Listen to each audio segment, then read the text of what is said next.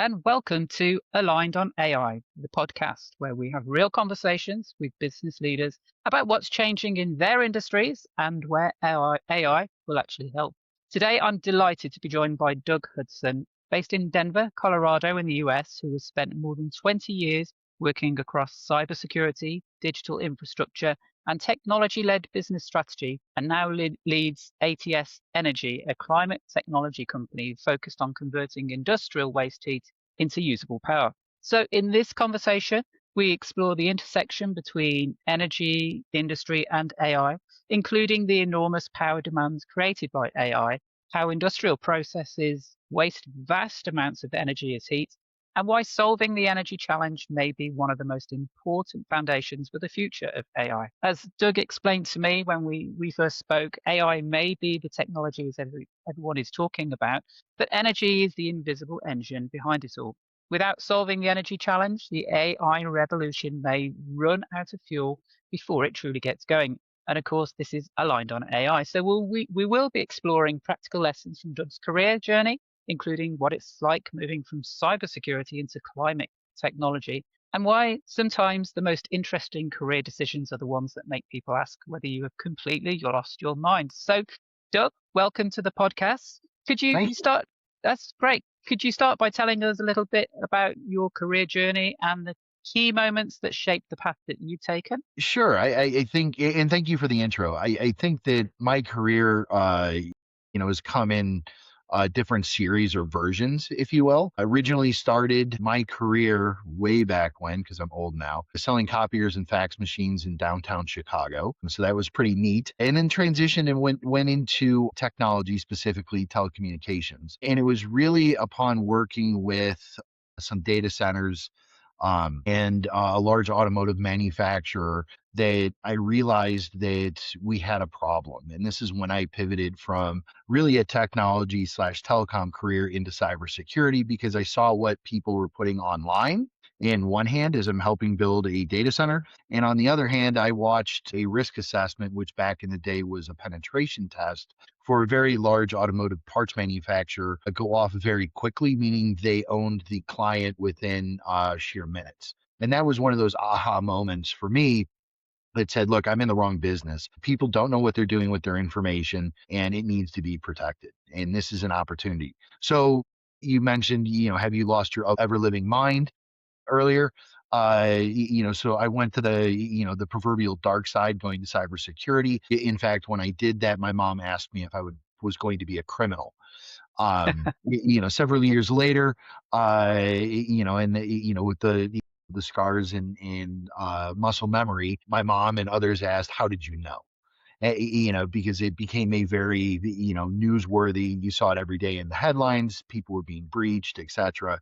How did you know? Well, to me, there was an intersection. It was we are taking advantage of a new technology, social media. We don't know what we're doing, and we don't have the right kind of protections. So that led me to 20 plus years in cybersecurity, scaling platforms that supported millions of people, helping out on some of the largest breaches on the planet, helping scale businesses to get, things like unicorn values. And it was really a conversation that came out of a lunch meeting with a good friend of mine where I said, why aren't people turning data center heat and turning it into power? And that's how I got introduced to ATS Energy. And that was really the again, one of those crossover moments here in the US. It was, I joined in December of 2024. Well, we know who was elected in November of 2024. Again, I had people asking if I had lost my ever loving mind, sorry, because here I am taking a perfectly successful cybersecurity career, putting it on the shelf and going into climate tech when we had just changed administrations. And so people are like, what are you doing? And flash forward a year. And what are we talking about here? I'm on an AI podcast talking about AI. I'm an energy company. I'm a climate tech company. So either I'm really, really fortunate or I am out of my mind and I need to reinvent myself every so often. But I really think that this is one of those opportunities for me to meet the moment. We have I think it's safe to say we have a climate problem. I think it's safe to say we have an energy problem in that I'm able to take the reins of a Earthshot winning Department of Energy validated energy company that can go deliver on both, I'm blessed to have that opportunity. So it's fun to be here. Hopefully that provides little background on who I am. Maybe I am out of my mind, but I think some of the biggest, hardest challenges require people that, well, one, aren't afraid and maybe out of their mind. There's so much to unpack there. That's a great summary there, Doug. But let's go back a little bit. So you mentioned you've spent 20 years working in cybersecurity and digital infrastructure. So just from that, what were some of the most interesting challenges that you worked on during that time? Man, that's a layered question, right? Well, some of the things I did. So I worked on some some very large notable breaches and some breaches that were never publicized. I can say at this point in my 20 plus year cybersecurity career, not a single one of my customers had a publicly announceable breach. So when you look at what are some of the unique challenges, I'll go back to, I'll give you two examples. One is, one will be breach related, one will not be. One of them is standing up a large digital infrastructure and, I'll keep the names of the innocent, right? But I think one of the interesting things is when you're building platforms, understanding and relating to all the teams that need to rely on that underlying infrastructure. And so you have, in project parlance, people like to talk about Scrum and Agile. And in my mind, it means I don't know I don't know what I'm doing, but I'm going to go fast and I'm going to hope that when I get there, it all comes together. And so when you're rushing through projects and you're trying to build these giant platforms, trying to get the various teams to integrate so that that underlying platform can support what they're doing becomes a really unique challenge because you don't necessarily have all the intel from team A and team B.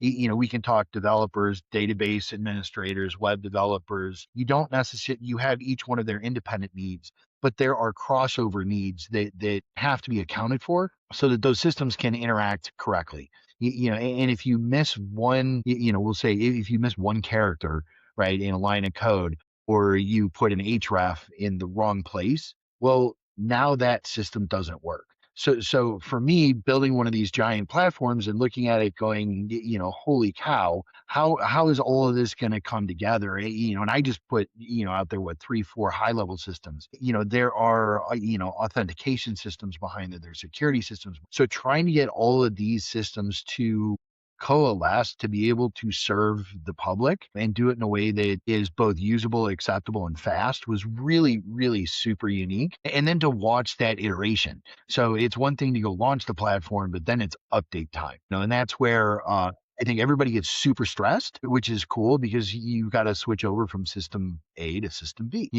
And then again, making sure that all of those components are aligned so that you don't drop one piece of that platform.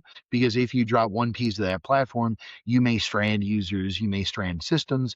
So I think, without getting into super technical detail, those large platforms that span multiple data centers that support hundreds of thousands or millions of people, and you've got 20 or 30 or 40 different systems under that is a totally unique experience. And to think that it's simply, well, I just stand up a server and there's some AI relation here, and I know we'll talk about that, but trying to understand what that digital ecosystem really looks like and how it lives, it was absolutely fascinating. And then the stress that comes with it is a whole different topic. I think another really interesting kind of tale from my cyber background really is in a breach. And one of the things that you see in breaches, or at least you did, 5, 10 years ago. I mean, it still happens today, but in cybersecurity, you need to be right 100% of the time, and your adversary can get lucky once. And so there's this balance of what is the right level of security, but then you have stuff happen. And I really look at it in my personal life as well. It's not a matter of if, it's a matter of when. So for me, it's okay that things happen. However, when you look at breaches, people panic and there's this holy crap moment. And then you have executives that are really looking to cast blame and cast fault rather than let's go solve the problem, because it's not anybody's fault, right? Yeah, somebody made a mistake, but we're human. We're going to make mistakes. So In one particular breach, it was very, very fascinating because quite honestly, the breach, the breach was somebody's fault. Somebody did something by mistake, but the executives in this example were very, I wouldn't say excited is not the right word. They were very focused on trying to cast blame and putting this person in a bad position, or firing them. And working through that with the executives was truly a challenge because what it really came down to is, look, first of all, we have to solve the problem. Then we can go figure out what happened. Then we can go figure out what we need to do. But jumping right to who's the problem and what we need to do doesn't get rid of the breach. It doesn't solve the problem. It puts the business at more risk. So walking through that with executives really did two things. One, it helped us get to a place with the platform so that we could mitigate the breach. But I think equally as important, what you saw is that individual that made the mistake really be able to take the lead and help mitigate that, which inevitably saved their job. But as I would call it, I was scraping executives off the ceiling because they were losing their minds, and that's not one of those times that you can do that. You Yeah. need to maintain calm. You need to maintain focus, and this issue was simply putting in a wrong route for a new network connection that opened up the network to everybody. And this was a target of a hacker. And it was a simple mistake that happened at 1 o'clock in the morning because it was a network transition. So understanding that little piece, right? You don't want to chastise somebody. They didn't do it on purpose. It did harm the business, but the speed to which you could do that, and the individual knew exactly what happened, was able to mitigate it. So walking through that is absolutely, to me, very, very fascinating. And again, I'm keeping the names out for the Yeah, innocent, yeah. but it's those interactions both on the technology and people side that you really get kind of a deeper view, both of one, the technology, but also people. And I think when you start to look at that from an AI perspective, it becomes really fascinating because I have that lens. And I'll pivot a little bit here to AI. You see a lot of politicians starting to talk about policies regulating AI, and they're more focused on false images. I think there's other pieces we need to be focused on, but it's that, again, it's that executive that sees the bright shiny object that says, hey, we need to be focused on misinformation or bad images or fake images. Why are we not looking again at that root cause? Why are we not looking at what is causing this sort of approach and solving it there rather than, no, we're just going to say you can't do that, right? Like I don't see that working. I haven't seen that work in my career, but that's a whole probably later part of this conversation. Yeah, so you're obviously very proud of what you achieved in that part of your career, and rightly so by the sound of it. I mean, did you see that as a bit of a, I don't know, what was your mindset when you were setting up these systems? Did you see that it was going to be a battle of you guys against the hackers, or is it just right? We're implementing a system here, and we will manage expectations maybe proactively with the clients. You can only do so much, and you will do your best to prevent these sort of interruptions, but there's going to be times when you're going to have to mitigate what's happening sort of reactively rather than proactively. Is that how it felt, or is that how it just sort of developed as you I, went through the process? It's interesting. I think it was JD Salinger, and I always mess up the person who actually said it, but I think it was him where somebody asked him, "Why do you rob banks?" And he said, "That's where the money's at."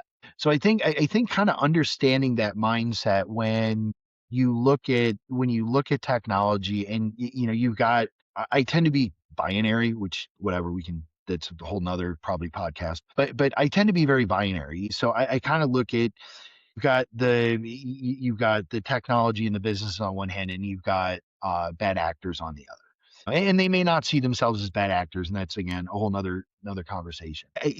Understanding that we've got information, and that information holds value to somebody. If it holds value to you, it holds value to somebody else. And it's that value that people are looking to cash in on, right? We are, without going into too much detail, we are a capitalist being. It's how we've developed as as human beings, is that capitalist nature. So if there's something people want, people go out and get it, and that drives the value. And, there's again, probably something else there. But again, I think that it's understanding kind of that juxtaposition between the businesses that, and then the people that want that information. And again, knowing that the people that want that information because it has value, they can get lucky once. They don't have to be, on the cybersecurity side, you have to be perfect. So I think it's understanding that we as people are not perfect. We as people, there's reasons we live in houses. There's reason we put our money in banks, because we have things of value that other people may want, they may want to take from us. So I think there's a kind of a broader sense of, okay, we know that we're going to have information. We know that people are going to want that information for good, right, bad, whatever. So how do you protect that information? And it really came down to, you're never going to be able to necessarily 100% protect it. But what you can do is make it much less appealing for one of those bad actors to go after that ecosystem, to go get that. The more unappealing or challenging, or there's a bunch of other ors there, but the more unappealing that you can make that to that attacker, we'll call them, uh, the more likely they are to go to that business competitor or to the next one down the line. Because look, we as people are also lazy. So if it's something's really, really super hard, there's very few people on the planet that like to go do it. There are marathon runners. There are people that go do those things, but in general, we go to the path of least resistance. If I can make, back in my cyber days, if I can make that client look more difficult to get into their environment to steal their information, they're going to move on to the next person. So it was really kind of understanding that mentality, and kind of, again, approaching it with, it's not a matter of if, it's a matter of when. How are we going to make this platform much less appealing for an attacker? Because if we do those two things, then when the inevitable happens, which it will, we're prepared for it. And if we make it really ugly, right, or unappealing for the attacker, well, we're going to delay how long until the when, right? So it's really kind of that view, that one is the preparation, two is kind of the insight, and then three is trying to communicate that to the clients, to say, look, you can do it this way, but if you do it this way, this is what the attacker is going to see. But if you do it that way, this is what they're going to see, and they're likely to move on to the next easier target. Yeah, that's quite interesting because I know in our previous conversation you mentioned that you tend to gravitate towards the hardest possible problems. So what makes you different? What is it that really motivates you to attack those sort of challenges? I don't know. You introduced it, during our introduction, we talked about, I've lost my ever loving mind. No, I think there's two. I think there's two things that. Well, there's a lot of things that drive me. Obviously my family and my wife and children. But I think really, it's, for me, it's kind of a passion, and I don't really have I don't really have maybe a pure reasoning for it. I like going and doing the hardest things. I find it rewarding. Sometimes I succeed, sometimes I fail, and that's okay. And I think part of that, you have to be okay with failure. I don't think you can be afraid to fail. So, knowing that there's a lot of people that are afraid to fail, and that's okay, but being okay to fail is actually good. And that kind of gives you, I think, the strength, the wherewithal, maybe the temperament, sometimes not. Excuse me. But I think it's for me, it's that challenge. I think the other thing is, if you look across my career, I've had a need to go help people and do the hardest things out there. So cybersecurity, not an easy gig. Not the climate tech, energy thing, not an easy thing to do. And I think that for me, when you look at it, I was helping protect your and mine and your friends' personal information from the bad guys. Now I'm trying to protect the planet for my children and future generations. And if you strip it down a level, doing this energy thing with ATS is really kind of, again, I'm blessed. We can impact the AI push, we can impact the energy transition, we can impact the climate. And when you look at really the climate and the energy, that comes down to a really basic thing. If we don't have the energy, we can't produce the food. If we can't produce the food, we can't feed people. I mean, it seems very trite and very, very basic. I mentioned binary, but if energy is expensive, food becomes expensive. If energy is expensive, everything we manufacture is expensive. We're seeing that in inflation reports. If those impact people in a very negative way. Because the further down the chain you go, the harder it is to put gas in your car, the harder it is to feed your family, the harder it is to. you can see that. And I don't necessarily think about that depth when I go down these paths. I look at it and say, holy crap, there's a problem. I'm going to go try. Because again, what's the worst? I fail. Meh, right? I'll pick up and go again. So there are failures, but so what, right? We're not gonna.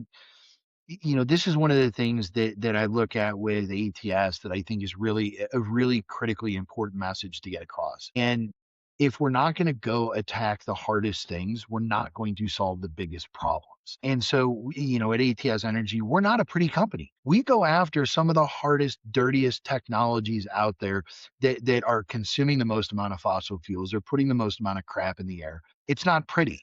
But if I'm unwilling and unable to go attack those biggest problems, I'm not going to solve the biggest challenge. Or you can look at it vice versa.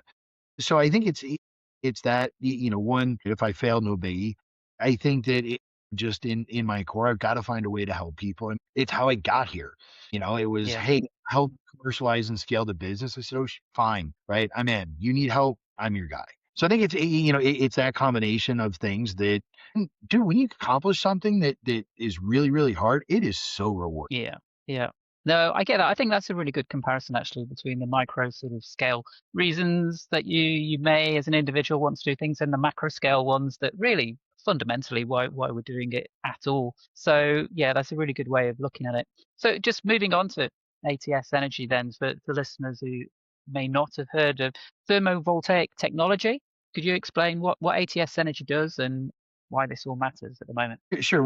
I mentioned, going after some of the hardest, dirtiest businesses, and we're not a pretty company. What I mean by that, and what ATS Energy really is we take waste heat, we turn it into power. And we do that using something called the Seebeck effect. And I'm not going to bore people with physics, but I'll give a super easy example. Think of a solar panel for heat. So we're able to go into factories and take that abundant waste heat that they're throwing away. And industry, it's published by the IEE and others that roughly 60% of energy that is consumed by a factory is lost as waste heat.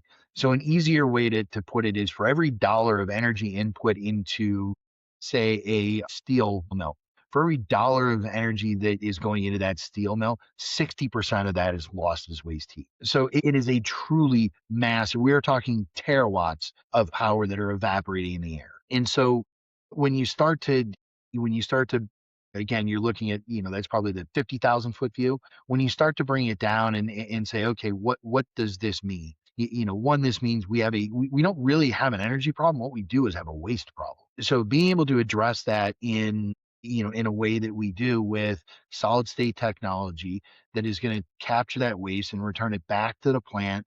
There's a key point there in a second, but turn it back to the plant and be able to do it at the megawatt level. So when you start, again, zooming out, you look at the AI crush, you look at these things. Data centers today are no longer being able to pull electricity off the grid. They have to bring their own power.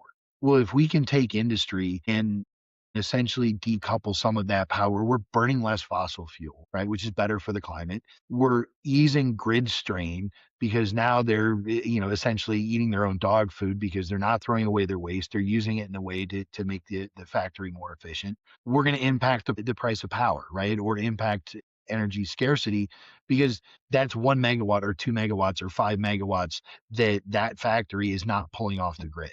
Well, what does that mean? That means the plant next door can pull more, or the community has more access, or the community has cheaper access.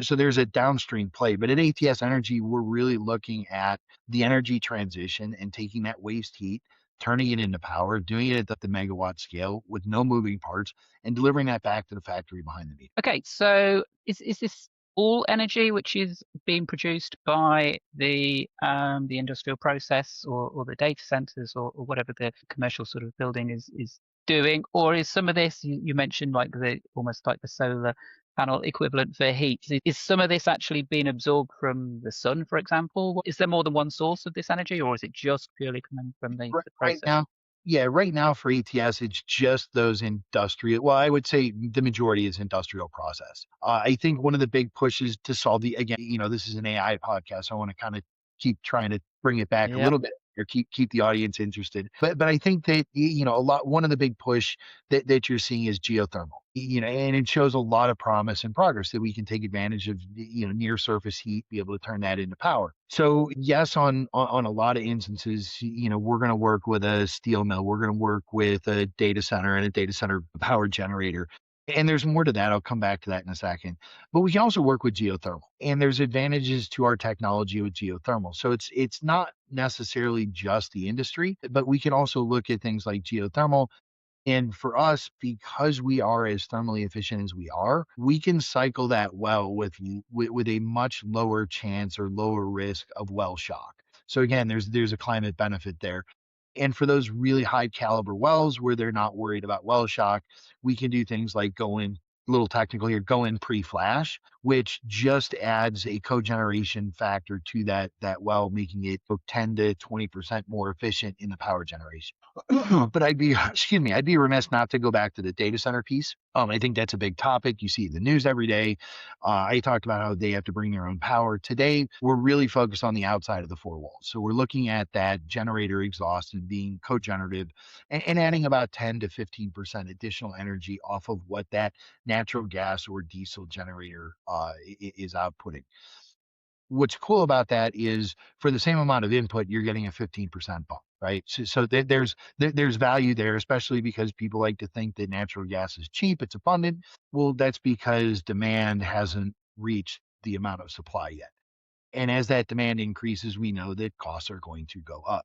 That's today. I think the interesting thing is tomorrow, with our advancements in technology, we can get inside the four walls of the data center, and we can start working with that chip to cooling technology. And what's unique about our tech and ATS Energy is at the next step function, not only do we generate some energy, but because we're turning that heat into essentially electrons, we're pulling some of that heat out, which makes that chip to cooling loop or chip to cooling infrastructure that much more efficient. There's a thermodynamic rule, and I'm sure some scientist will chastise me later on this, but essentially for every 1 degree of heat that we're taking out of that loop is a 2 degree improvement in efficiency in that cooling infrastructure architecture. So there's a win-win there. You get power. Oh yeah, and now your architecture infrastructure gets more efficient because you're not having to abate more heat. So what is really cool is the next step function for us gets us into a place where we can go directly on that NVIDIA or Intel or Marvel, or pick your AI chip, and generate power directly off that chip. And so what that does is a couple of different things. One, we can power some of those other thermoelectric coolers, or in our lab, we have tested that when you reverse the polarity, meaning I put electricity into our technology, it gets cold.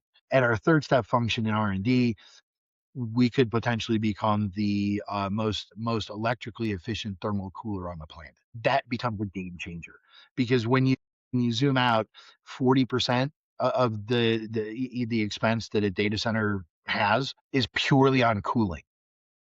Yeah. So there's an interesting arc here, because again, I'll bring it back to the AI thing. If we're going to build these, the hyperscalers, or Kevin O'Leary, right? Kevin O'Leary just signed a deal in Utah for space that's like the size of Manhattan to build a giant data center. And there's a lot to unpack there. But I think more importantly is that the size of that data center, you got to think about really two things. We haven't touched on one of them, but you got to think about two things. One, the energy, and two, the water, because you need the water to Yep. cool. Yep. Well, if you can get rid of that need for that cooling, or impact that 40% by 10%, 20%, maybe you get rid of all of it, that changes the game for what we can do from an AI perspective, because now we're able to use the power that is being turned into heat by doing the AI processing to cool the AI processing, or to power the AI processing. So you get to this circularity piece, which is kind of a holy grail, meaning we're going to have some input, we're going to have to spin something, or we're going to have to burn something, right? I mean, just to generate that first spark, if you will, to get the energy going. But once it's going, to be able to recapture it and reuse it, recapture it and reuse it, is just going to expand again. It's going to make energy less expensive. It's going to expand what AI can do, and it's probably going to lead to other technologies that are going to help make this energy consumption problem that we have much more efficient and much less of a problem. So really long-winded answer. Sorry. No, no, it's fascinating. I mean, the analogy to my mind came into my head then about it sounded almost like a turbocharger. You're using the waste from it to accelerate what the actual source of that energy is in the first place. So yeah, that's great. I mean, the other point, of course, is something close to my mind and my heart really is the environment, of course. And a lot of the objections to new data centers is around the environmental footprint, of course, of these data centers. And of course, one of them is the heat generated and potentially the knock-on effects to heated water going back into the environment. And so, yeah, hopefully this goes some way to challenging that sort of problem as well. So obviously AI is dominating the headlines at the moment, and obviously you pointed out that AI has a huge energy footprint, and we obviously talk about the data centers first and foremost, but you've highlighted to me something that's a little bit different with the energy demands there. Tell me about that again.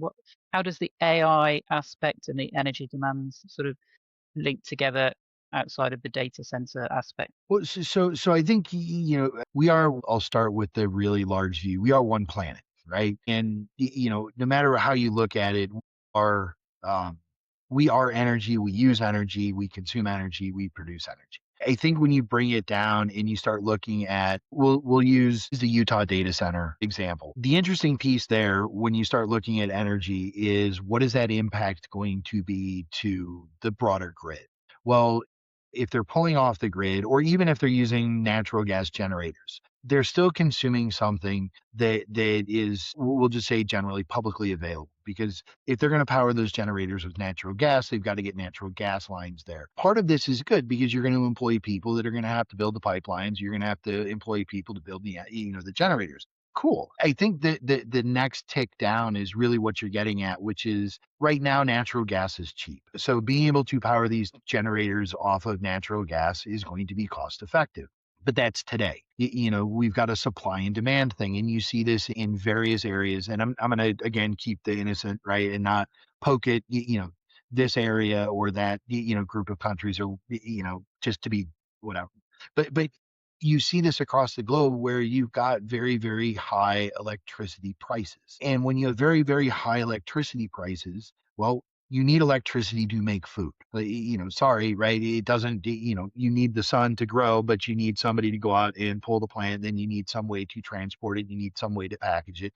You need some way to deliver it. You need lights on in the store to be able to make sure that people can see the pair that they're going to get. If that, we'll call it we'll call it the electric supply chain. If that electric supply chain has variability, meaning that at certain points is very costly, the price of that pair is going to go up. And with the geopolitical things that we're in right now, you're seeing energy prices go up. Well, what does that mean for high net worth individuals? Doesn't mean anything. For the majority of us, kind of sucks. For a fair portion of the of society, if you will, civilization, if you will, it makes things unattainable. You start to say, okay, am I going to buy a new shirt, or am I going to buy a winter coat, or am I going to feed my family? And it's kind of that domino effect that I think I think they get. I think there's some, contextuality behind it, but I don't think they're really tying it one to one to say, okay, because we don't see it, we don't feel it, but it's there. As energy prices go up, people go hungry. As energy prices go up, people go cold. Right. As energy prices go up, people get hot. Right. And so there's this association of, we're going to stand up a bunch of data centers that are going to have AI. Look, it's going to be a great boom for humanity. The ability to solve problems at a rate that we've never seen before is going to be unbelievable for our society and our culture. We are going to get cures faster. We are going to get solutions faster. We are going to find things and maybe even explore the cosmos faster because of the way that the technology works and how it assimilates data. That's awesome. We have to keep an eye on, what does that mean from our power grid. We are power. Look, we are made of energy. If we don't get energy input, we die, right? It's very simple. You need to eat that pear to keep your life. That is energy. So when you start to again look at it, at that super macro level, you go, okay, well, AI is coming on, awesome, going to have massive civilizational benefit, and maybe it is the fourth industrial revolution for humanity, and it's going to be a great thing. but there's a cost to it. And it's how are we going to manage that cost, that input? And that input is energy. How are we going to manage that so that the most vulnerable out there aren't impacted, that they can reap the same benefits as everybody else, even though they're the most vulnerable. That 1 or 2 cent a kilowatt, increase in price is not good for them. It may keep them from again buying that pair. How do we make sure that we keep the infrastructure globally from an energy perspective from getting so out of whack? Because every one of the hyperscalers is building a, excuse me, is building a AI data center. There are other companies, that are building data centers, all to support this AI infrastructure. It's going to consume a massive amount of power. And so that's going to have downstream impact because it is necessarily going to increase the cost of power because we've got more demand, which more demand typically means more pricing unless there's a glut of supply.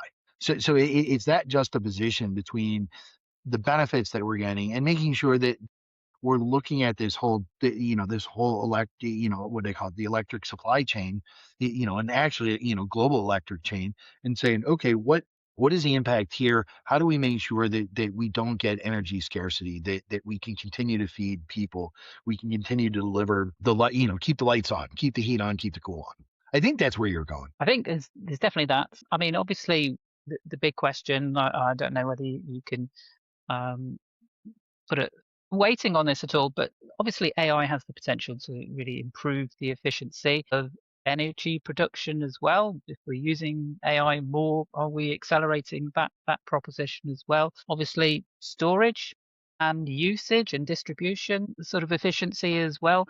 Where do you see the biggest opportunities with AI overall with these kind of considerations?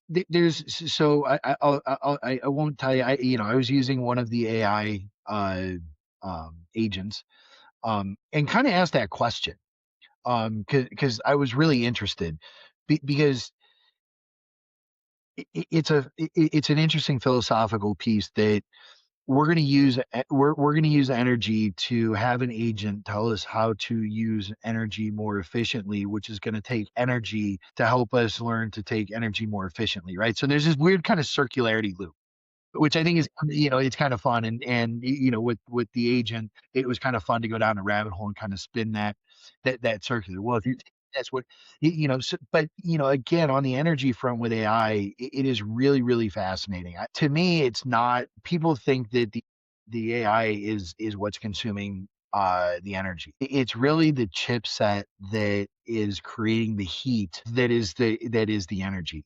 And that's the really neat thing because the AI chips, they get substantially hotter than regular chips, and it's that heat in the data center that we're trying to abate, and we need to abate that heat with cooling. So I think there's an interesting play of how do you develop a much cooler chip. And I don't know. Again, I don't know if it's asking one of those circular questions of how does AI design its own chip that is going to be cooler, more efficient, because you're going to consume energy to like there's this weird kind of snowball piece to it. So I think that's one. I think again on the AI energy piece, I think what is really, really fascinating, and you're starting to see it in various places, is you're starting to see coming out of scientific research. You're starting to see how they're putting together modeling on that's coming out of the AI agents on modeling on different materials that really could take and make this both energy distribution but also energy consumption in the data center much, much more efficient.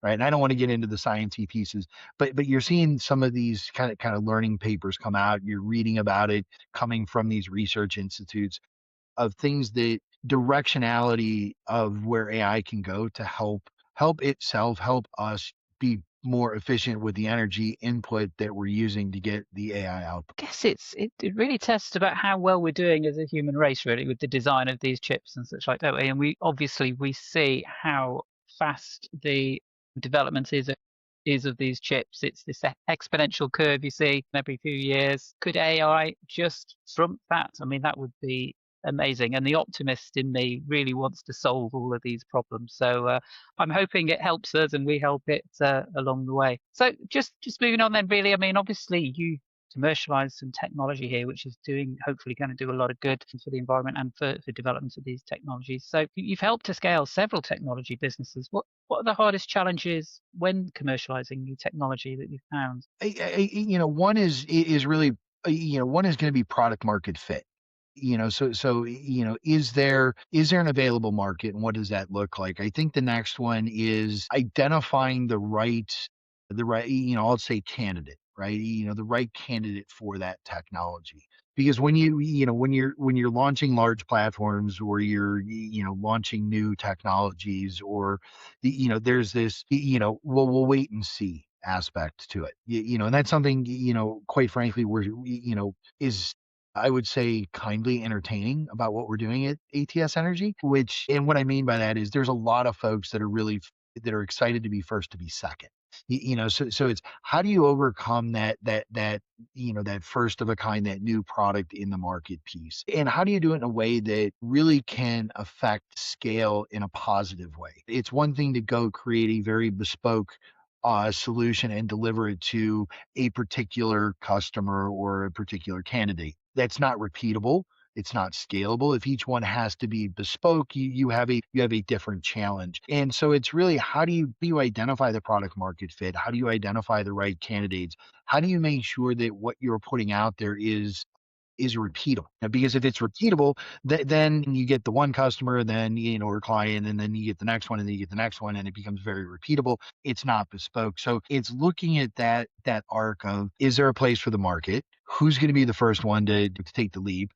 And then how do we do this so that after the first person takes a leap, there's going to be a second, a third, a fourth, a fifth, and you can scale the business. And whether it's in-house manufacturing and development or out of house or outsourced, making sure you have that repeatability helps when you're either in-house or out-house, inside or outside developing, outsourced developing, because you have a repeatability and a consistency to what you're doing. And it's that consistency that allows you to take it from that one or two, 250 to 100 to 1,000 to a million. So that to me is really the kind of the Rubik's cube, because you may think you have a product market fit with, and I'm going to use ATS as the example. We may think we have a great product market fit with steel mills. And so you go down the path and you go, well, not really. But in doing that discovery, and that identifying that product market fit, there was an aha moment that said, okay, you know what, we can actually work with steel mills, but we're going to work with their thermal oxidizers. And here are the reasons. So there is that also kind of, turning the Rubik's cube to identify, okay, here's a better product market fit that is repeatable and it presents less risk. So you start to put those pieces together, or to solve the Rubik's cube, and then all of a sudden you've got platforms out there supporting millions of people. You've got ideally we'll get our technology to that level, and it's solving that Rubik's cube of product market fit, identifying the right candidates from the start, and then making it repeatable, because it's that repeatable piece that makes it more broadly commercially acceptable. Yeah, they sound like really good insights actually. And you've obviously kept an eye on a lot of different organizations adopting new technology. You've adopted them yourself. You've helped other businesses adopt them. What mistakes have you seen? And obviously I'm thinking in the context of people now and businesses who are looking to adopt AI. What are the banana skins that they should avoid, and maybe the first things they should be looking at? That's a That's a fascinating question. I think there's a couple of different lenses to look through when answering. I think from a startup perspective, if I put those rose-colored glasses on, I think from a startup perspective, it's really speed. You've only got so much time. You either till you run out of money, somebody else comes in, or that product market fit shifts. So I think the first thing to address, and I think the first thing that stalls people is speed, and that's at the startup level. I think if you look at more traditional, long-standing businesses that are looking to adopt new technologies, in a lot of ways, I say go the other direction, right? Don't go fast. I think a year or two ago there was there was a survey out, or a study, whatever, that and I'm going to mess this up a little bit, but something like 80% of the Fortune 100 companies had adopted AI, but they didn't have an AI strategy. So, adopting in this example, adopting something like AI, which is a new technology, has a lot of benefits, but not having a strategy or not being able to really fully identify where you're going to implement that in your organization, I think is one of those things that people struggle or can fail on. And I can make direct relations to that with my career in cyber. It's very, very simple. You see new cyber tools come out every day. You have a lot of chief information security officers that want to go get that one beautiful silver bullet with the new technology that comes out there. And so they go, and now they've got a Frankenstein thing that one is probably very difficult to manage. Two, they probably aren't leveraging all the benefits because they never had a strategy. They never set and said, okay, here's a new technology. What are the capabilities of the technology? Where are the gaps or opportunities within our business? Now let's align those two so that we've got a strategy to use this technology so that we're taking full advantage of the capabilities and applying them to our business need or our business gaps. And that's the opposite side of startup, which is go fast, fail fast, keep moving, so that you can capture market, you can get repeatable, you can do these things. That traditional organization is, let's not jump in full-fledged. Let's make sure we've got the right strategy. Let's go execute on that strategy because that's going to be the true business enabler. And so I think it's, those two things, are kind of at opposite ends, but I think it's really key because again, I've seen it in cybersecurity. You can probably search it on the web right now, AI adoption strategies. And I'm going to guess that you still have a ton of businesses out there that are going with the major AI providers. They're putting them in their ecosystem and they're going, okay, guys, figure it out. Well, you're spending you're wasting a lot of time and your strategy is now going to be bolt on instead of build up. So I think those are kind of two pieces. Yeah, that makes a lot of sense. So is there any particular technology you're keeping a close eye on at the moment, just either out of personal interest or to do with ATS Energy? What have you Well, got your eye on? I like the AI thing. I think, initially, so I like the AI thing, and it's not just because I'm on an AI podcast, right? I like the AI thing. I see my children using it. I see colleagues and coworkers using it. I've started to adopt it more. To me, the tool is really fascinating. Coming from my career, it's we can debate, is it really artificial intelligence or is it a collection of algorithms designed to serve a purpose? And that purpose is to deliver you information or content in a way that makes you happy. And that's probably a much, much oversimplification, but it's kind of what it is. So I'm really interested and fascinated at this intersection of humanity and civilization and culture, right? And, how that interacts with, this AI situation, right? Because we've spent a lot of time talking about energy. We've spent some time talking about, deploying technologies. These are all things that AI can help accelerate, but you've got to put the right inputs in to get the right outputs. So for me, it's really, really fascinating to look at AI and say, okay, how is it going to help the human, the human, what do they call it? The human, whatever, us as people. But it's also really interesting because you're seeing this boom of AI agents and this, that, and I'm really fascinated to see how this plays out. Because there's so many benefits. But there's also so many people out there right now pitching different ways to use AI to do different things that to me sound like it's to me it sounds like it's repetitive.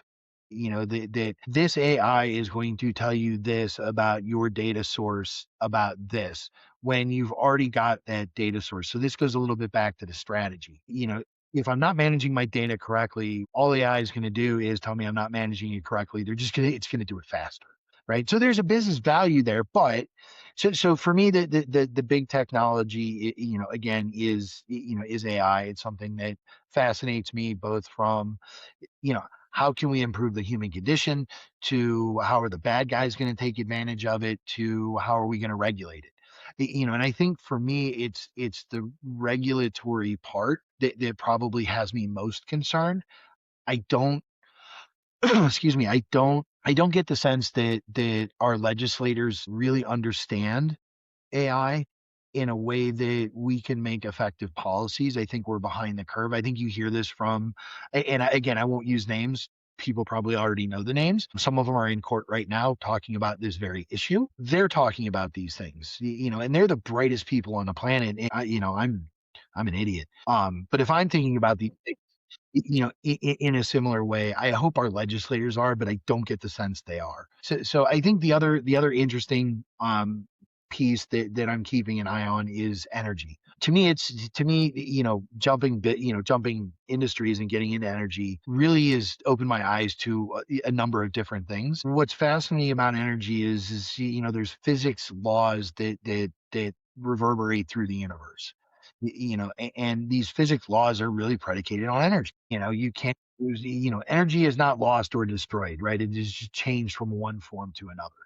And so, earlier I brought up the pair example that we are energy, we consume energy, we output energy. So it's really looking at this energy thing because I would ask some simple questions, and I'm not a scientist. Again, I think I'm whatever.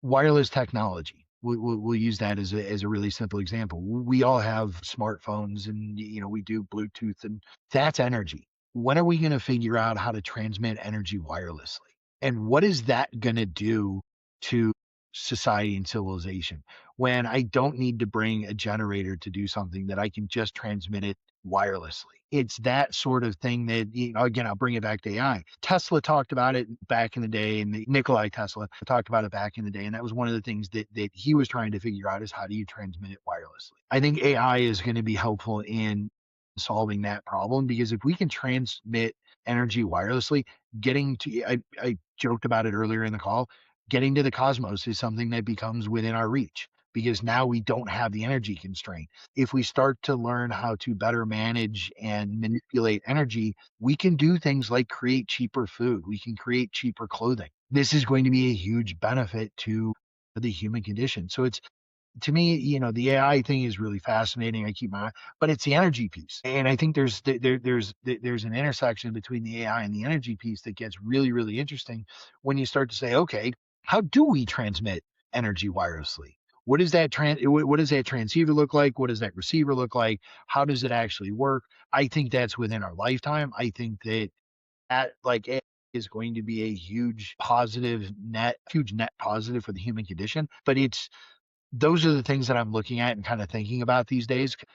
One, they're top of mind. Two, I'm in the industry now. Three, I moved, from cyber and, as my mom said, being a criminal, I wasn't a criminal. But moving to this energy piece and going, I had never thought about it 3 years ago. I would never have thought about this. Now it's what I eat, breathe, and and drink because it's the industry I'm in. It is a huge impact to the human condition. We're seeing it with the geopolitical stuff that's going on right now. We're seeing energy prices go up. We're seeing the construct of AI trying to help those energy prices, trying to help people. So there's this weird kind of intersection of all these pieces all at the same time. And I got to be out of my ever loving mind that I jumped from one thing to this, and now we've got all this stuff going on. But to me, it's that intersectionality of energy and now AI that is captivating my. Yeah, it's definitely fascinating times, and I think this overview of energy in relation to AI, in relation to humans, is a really, really nice, simple model to really understand the fundamentals of what we're trying to do and what the opportunity here is with this. Yeah, that's really great to hear you talk about that. That's given me a lot of food for thought. You're obviously a very well-read person, Doug, and I ask everyone this on my podcast. One or more, you can have more than one, but can you recommend a must-read book, one that's really, I don't know, really hit you to the core and maybe changed your thinking fundamentally in some way, or just a book that you really enjoyed that you think everybody should read? I mean, I think the one that's sticking out is Crossing the Chasm. For me, it's a startup book. Just to have people look it up. It's a startup book, and it's about the chasm of death, right? I've been with startups, right? And I've helped lead startups. This is the one that I am the one responsible for. So for me, that's really resonating and crossing the chasm of death. And, what is it like? Excuse me. We're raising around right now. So it's about how do I build a business? How do I manage the runway that we've got with finances to get to the round to get those first adopters up to, and how do I cross that chasm? Because it's unbelievably stressful. So I think that's probably one that sticks out. There's a couple others, but I generally try to consume good content. And for reading, I read more for entertainment because I got to break away, right? So Sure. I like the Karl Hyacin series. If you've ever read that, it's very entertaining. The Karl Hyacin series on it's the kind of a murder mystery piece. It's set in South Florida typically, but I find that very entertaining and a really nice break from the monotony of, for me, learning about ZT scores and what Carnot value and how delta mentors in thermal, right? That's not something I did. I did have a PhD. So I've got to do a lot of scientific reading or what are the new materials in science, science writings, and research stuff that's coming out about advanced materials that can be thermally conductive. So, looking at that and the dopaments and how you do like, I need a break, so I hit the go button, right? And read the Carl Hyacin. I think there's another one. It's that I think is really pertinent to today. And I'm drawing a blank on the author, but it's a singularity series, and it's really about kind of the genesis of AI in a fictional world. But it's about the genesis of AI in a fictional world, and the cross section of how that through the series, how that interacts with people and kind of what an outcome is, right? And I don't want to spoil the books because I found them super entertaining, and I read them probably 5, 6, 7 years ago. I find it really, it's one of those you read like years ago, and then all of a sudden you're like, holy cow, right? How close was this to actually, Right. it's like The Simpsons. The Simpsons Yeah. predicted. So it's one of those where we're like, oh my God, and there's this entire arc between, AI and AI being sentient, and humans, in this crossover piece. And I found that really, really fascinating. So for me, it's, crossing the chasm, it's Carl Heiss stuff. And then for AI folks, I would strongly recommend just searching on, the Singularity or the Singularity series. Fascinating and a really fun, very quick read. That's great. Thank you, Doug. I will definitely look up those and I'll provide the links to those as well in some posts. So, Doug, thank you so much for sharing your knowledge there. I can tell we could talk for way longer than what we've had here. There's a lot of information in that brain of yours, so it's fascinating to hear about that, especially the intersection between energy, industry, and AI and people, of course. So I'm sure the audience will have appreciated that as well. So thank you so much for joining me on the podcast. No, Carl, thank you so much. This has been awesome. And yeah, anytime, let me know. Be happy to continue the conversation or talk about beer and peanuts. Appreciate that, Doug.